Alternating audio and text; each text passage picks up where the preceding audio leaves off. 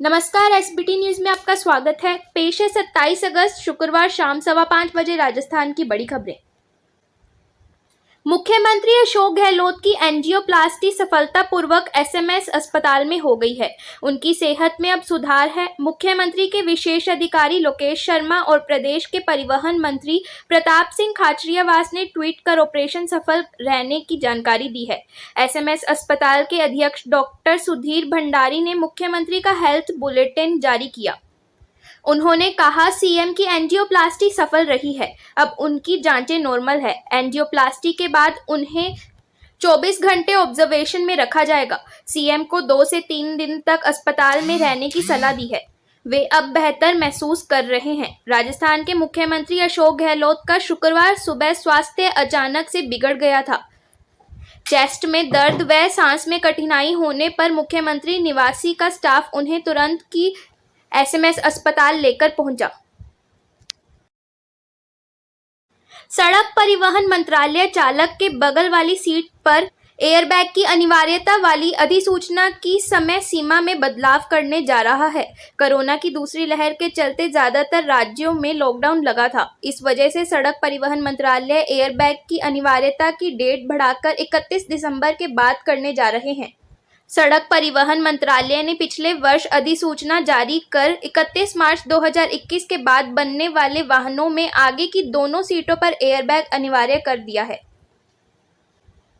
जम्मू कश्मीर में अनुच्छेद 370 और 35 से हटने के बाद लद्दाख में नई इबारत लिखी जा रही है। यह कहना है लोकसभा अध्यक्ष ओम बिरला का। 7 दिवसीय लेह लद्दाख दौरे पर आए बिरला ने कहा कि लद्दाख की धरती से पूरी दुनिया को भगवान बुद्ध का शांति का संदेश दिया जा रहा है। अब क्षेत्र शांति के साथ ही विकास की नई इबारत लिख रहा है, जो दुनिया भर के पर्यटकों का हब बनने के साथ ही उत्कृष्ट संस्कृति का संदेश देगा। फ्रांस की फंडिंग एजेंसी एएफडी की टीम शुक्रवार सुबह झालाना लेपर्ड सफारी पहुंची। एजेंसी के कंट्री हेड ब्रूनो बोसेल के साथ अंकित तुलसियान, अक्षिता शर्मा सफारी पहुंचे, जहां उन्होंने डीएफओ अजय चित्तोड़ा और रेंजर जनेवर चौधरी से मुलाकात कर जैव विविधता, वन प्रबंधन और वन्यजीव प्रबंधन की जानकारी ली। इस दौरान उन्होंने सफारी का भी लुत्फ उठाया और लेपर्ड की साइटिंग की। देश के विभिन्न क्षेत्रों से रामदेवरा में शीश नवाने के लिए जोधपुर पहुंचने वाले यात्रियों में मेहरानगढ़ सर्वाधिक पसंदीदा स्थल बन गया है। मेहरानगढ़ में भारतीय दर्शक से लिए शुल्क की तुलना में यात्रियों को 50% रियायत भी दी जा रही है। ऐसे में आस्था के जवार के साथ पर्यटन का ग्राफ भी ऊपर चढ़ रहा है। गुजरात, मध्य प्रदेश, महाराष्ट्र सहित राजस्थान के विभिन्न क्षेत्रों से यात्रु प्रतिदिन विभिन्न माध्यमों से जोधपुर पहुंचने वाले देशी पर्यटक यात्रु जोधपुर के प्रमुख दर्शनीय स्थलों पर भी पहुंच रहे हैं। मुख्यमंत्री गहलोत का गुरुवार रात को आज दिल्ली जाने का कार्यक्रम था। इसके लिए चार्टर विमान को भी स्टैंड बाय रखने के लिए कह दिया गया था। फिर कुछ देर बाद रात को उन्हें बेचैनी महसूस होने लगी थी। तबीयत ठीक नहीं होने के चलते उन्होंने दिल्ली जाने का कार्यक्रम रद्द कर दिया। चेस्ट में दर्द और जकड़न होने पर आज मेडिकल चेकअप के लिए मुख्यमंत्री अस्पताल पहुंचे। एंजियोग्राफी में मुख्यमंत्री की एक आर्टरी में 90% तक ब्लॉकेज मिला। डॉक्टरों ने सीसीयू में भर्ती कर मुख्यमंत्री की एंजियोप्लास्टी कर उस ब्लॉकेज का दुरुस्त कर दिया है। अब उन्हें आराम है।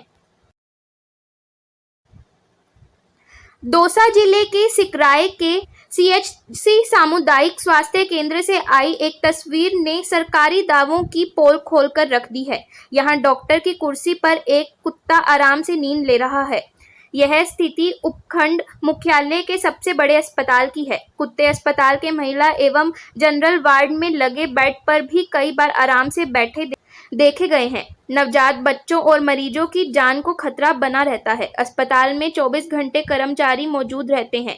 फिर आवारा कुत्ते यहां घूमते रहते हैं। वार्ड में बेड और डॉक्टर की कुर्सी पर भी सो जाते हैं। पंजाब के कांग्रेस अध्यक्ष नवजोत सिद्धू ने अब सीधी धमकी दी है कि अगर उन्हें निर्णय लेने की छूट नहीं दी गई तो ईंट से ईंट खड़का देंगे।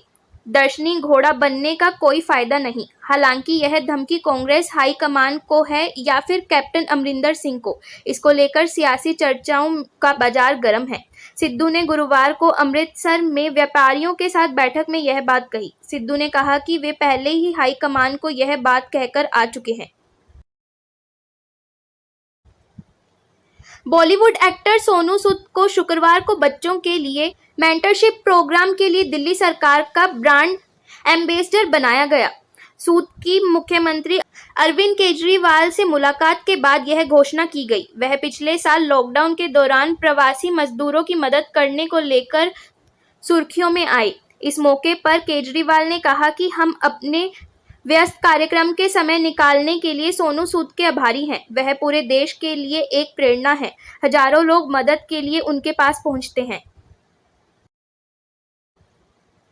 पंजाब कांग्रेस इंचार्ज हरीश रावत शुक्रवार को दिल्ली में कांग्रेस हाईकमान से मिलेंगे और अपनी रिपोर्ट सौंपेंगे, जिसमें पंजाब में कैप्टन अमरिंदर सिंह के खिलाफ बगावत बड़ा मुद्दा रहेगा।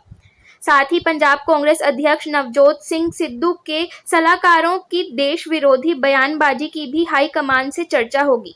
वहीं कांग्रेस हाईकमान से मुलाकात से पहले हरीश रावत ने कहा कि जब कोई चीज बहुचर्चित हो जाती है तो हाईकमान को बताना जरूरी हो जाता है। बिहार और दूसरी प्रदेशों के बाद अब राजस्थान में भी जातिगत जनगणना के आंकड़े सार्वजनिक करने की मांग उठने लगी है। ओबीसी से जुड़े संगठन और कांग्रेस नेता जातिगत जनगणना का समर्थन कर रहे हैं। बीजेपी के नेता इस मुद्दे पर राजस्थान में बोलने से बच रहे हैं। ओबीसी से जुड़े संगठन जातिगत जनगणना के आंकड़े सार्वजनिक करने की मुखर पैरवी कर रहे हैं। ओबीसी संगठन इस मुहिम को और तेज करने के लिए बैठकें कर रही है। जातिगत जनगणना पर सियासत तेज हो गई है। इसका असर आने वाले दिनों में राजस्थान में भी दिखेगा। बात बात पर गुस्सा करने वाले खाजूवाला विधायक और पूर्व संसदीय सचिव गोविंद मेघवाल एक बार फिर चर्चा में हैं। इस बार अपने विधानसभा क्षेत्र में कार्यक्रम के दौरान युवक ने सवाल कर दिया तो उन्हें गुस्सा आ गया। फिर तो इतने नाराज हुए कि डांटते हुए जमकर गालियां बरसाई। इतना ही नहीं, बाद में अपना रौब दिखाते हुए उस युवक को गिरफ्तार भी करवा दिया। इस पूरे घटनाक्रम को किसी ने मोबाइल में रिकॉर्ड कर लिया। विधायक का आरोप है कि युवक केंद्रीय मंत्री व बीकानेर के सांसद अर्जुन राम मेघवाल के बेटे रवि मेघवाल का समर्थक है। फिलहाल इस बुलेटिन में इतना ही। फिर हाजिर होंगे और बड़ी खबरों के साथ।